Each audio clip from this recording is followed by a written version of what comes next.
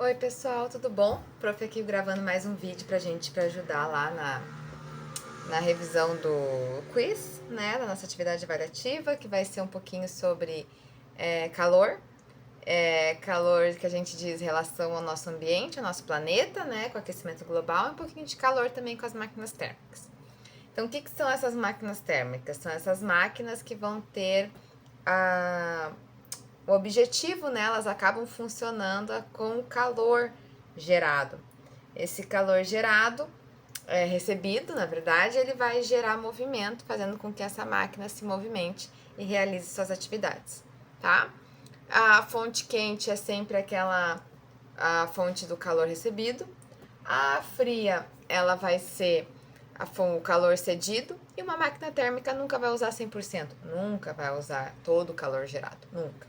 Bom, a gente tem como exemplo essa fonte de máquina térmica, a gente tem trem, a gente tem avião, a gente tem carro, tudo isso, a nossa geladeira, tá?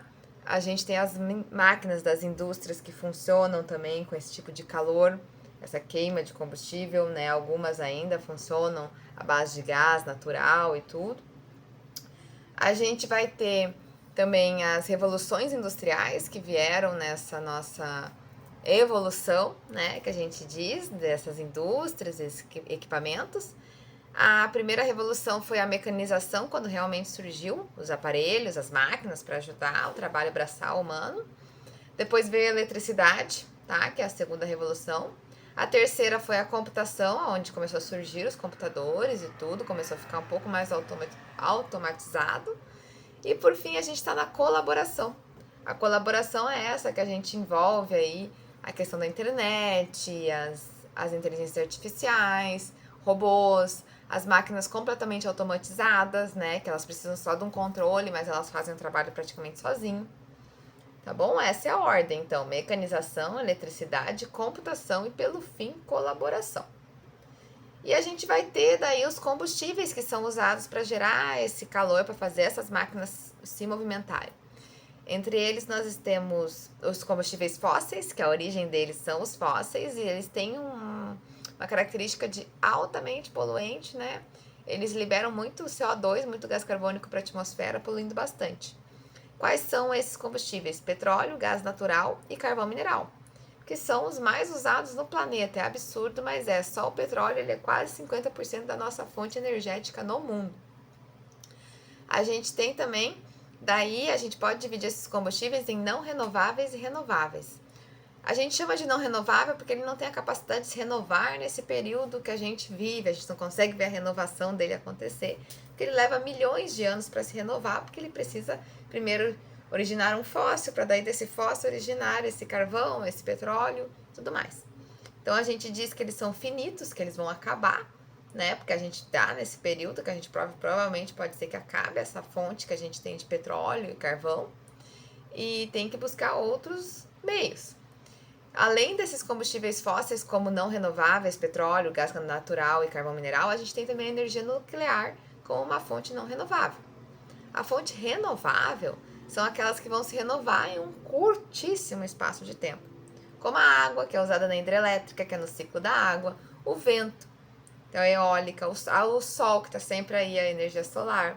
A gente tem a biomassa, que vem dos restos orgânicos da compostagem. A gente tem a energia que vem das ondas. A gente tem bastante opção geotérmica, que vem do calor dos vulcões. Tudo isso são energias renováveis que se renovam num curto espaço de tempo, tá bom? Pessoal, a gente, quando fala de aquecimento global, a gente tem que pensar que a média da temperatura do nosso planeta está aumentando, está aquecendo. Por isso que a gente fala esse aquecimento global.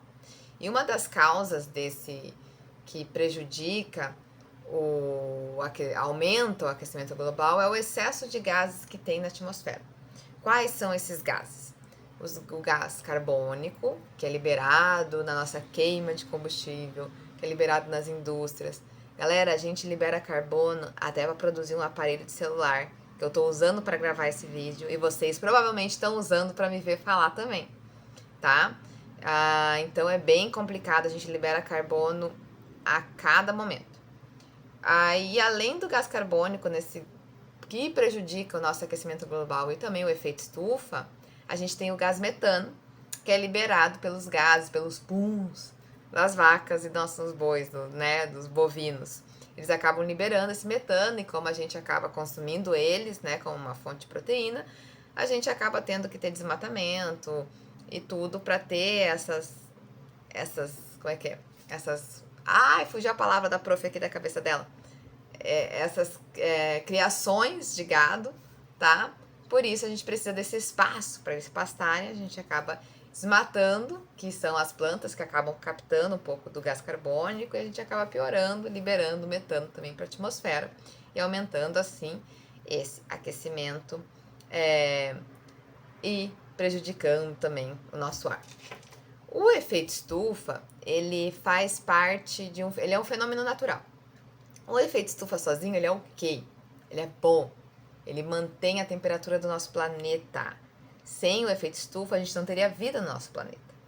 Só que nós humanos, quando aparecemos, quisemos evoluir, quisemos deixar tudo extraordinário e facilitar as nossas vidas, e infelizmente a gente acaba poluindo com muitas das nossas atitudes. E esse excesso de poluição, esse excesso de liberação de CO2 para a atmosfera, faz o quê? Faz com que a gente aumente a intensidade, esse fenômeno se intensifique.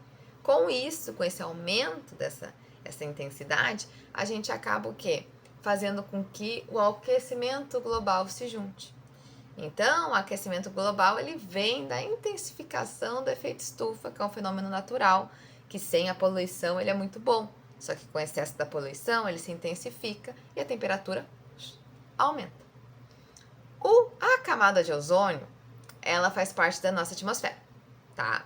Ela tá bonitinha ali, recobrindo todo o nosso planeta, fazendo uma proteção do nosso planeta. Igual a gente usa protetor solar para proteger a nossa pele dos raios ultravioletas, a camada de ozônio tá ali para proteger a nossa Terra desses raios também. Ela vai deixar entrar alguns raios e outros ela, não, você não entra aqui. E esses raios são absorvidos pelo nosso planeta, fazendo assim com que a gente tenha uma temperatura ok. Só que como a gente gosta de liberar gás carbônico para a atmosfera, e como lá na década de 70 a gente gostava de liberar bastante um gasinho chamado CFC, lá o clorofluorcarboneto, que vem lá do nosso desodorante aerosol, que hoje em dia está saindo dessas fórmulas e a grande maioria já não tem. Eles têm até um selinho lá, não prejudicial à camada de ozônio. Com esses dois gases juntos, foi surgindo um buraco na nossa camada. E o que acontece com esse buraco? Entra raio que não devia. Esses raios que entram, eles não conseguem sair. Com isso, eles ajudam o quê? A piorar o nosso aquecimento global. É um conjunto de coisas. E se a gente pegar um vilão maior, a gente vai pegar um vilão chamado gás carbônico, que a gente libera em excesso, sendo que na nossa atmosfera ele não chega nem a 1%, porque é só isso que a gente precisa dele. E a gente está liberando muito. E para fechar, coisas que a gente vai ali... Como que a gente vai afetar vai alterar o nosso ambiente? Além dessa queima de combustível, além da nossa aumento da poluição, aumento do gás carbônico, a gente também acaba poluindo com aumento da população, porque daí a gente tem mais gente, com aumento da produção agrícola, tá? Então, pro nosso quiz, galera, é isso aí. A prof tá dando aquela conferida, se não tem mais nada para falar para vocês. Mas não. Por hoje é só, meus amores. Beijão.